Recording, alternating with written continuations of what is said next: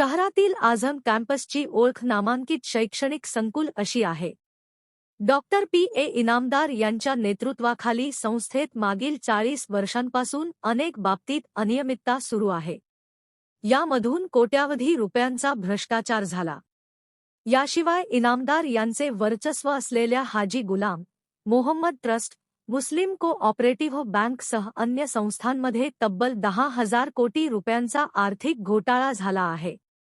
याबाबत संबंधित अधिकाऱ्यांकडे वारंवार तक्रारी केल्यानंतरही कारवाई करण्यात आलेली नाही, तर काही वेळा न्यायालयीन आदेशातून पळवाट काढण्यात आलेली आहे।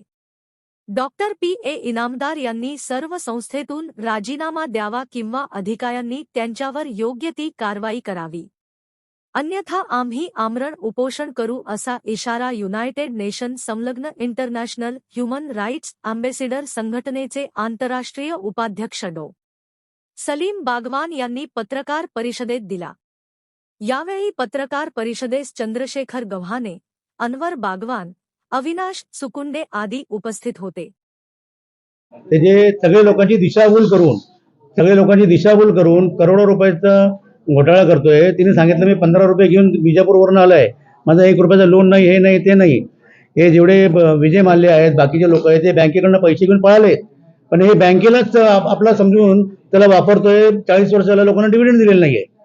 त्यासाठी मी गेली 7-8 वर्ष झाले त्याच्याची मी हे लढतोय। तर आमचे सारखे लोकांना, आमच्या मुस्लिम धर्मामध्ये सगळे गोरगरीब लोक आहेत, कोणी आवाज उचलत नाही, हे उचलत नाही। ज्याने आवाज उचलला त्याला नोटीस पाठवतो, त्याची कंप्लेंट करतो, आरशी मार्फत त्याला त्याच्यावरती दडपण आणतोय।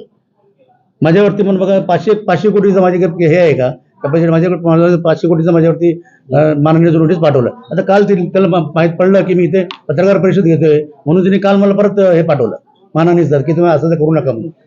म्हणजे हे सगळं एक प्रेशर टाकण्यात टाकते। मी आता हे 15 दिवसात जर ह्यांनी पोलीस प्रशासनाने बाकीच्या लोकांनी काय त्याच्यावरती ॲक्शन नाही घेतलं, त्याला इमिडिएटली ते अरेस्ट व्हायला पाहिजे। त्याची प्रॉपर्टी प्रशासन नेमणूक व्हायला पाहिजे कॉर्पोरेशनमध्ये आणि मुस्लिम कोऑपरेटिव्ह बँकेमध्ये आणि आझम कॅम्पसमध्ये प्रशासन नोंदणी व्हायला पाहिजे। याला इमिडिएटली अरेस्ट व्हायला पाहिजे आणि याचा पासपोर्ट जप्त करून त्याची चौकशी करावं, ही आमची मागणी आहे। अदरवाईज नाही झाली तर मी अमरण उपोषणाला बसणार आहे।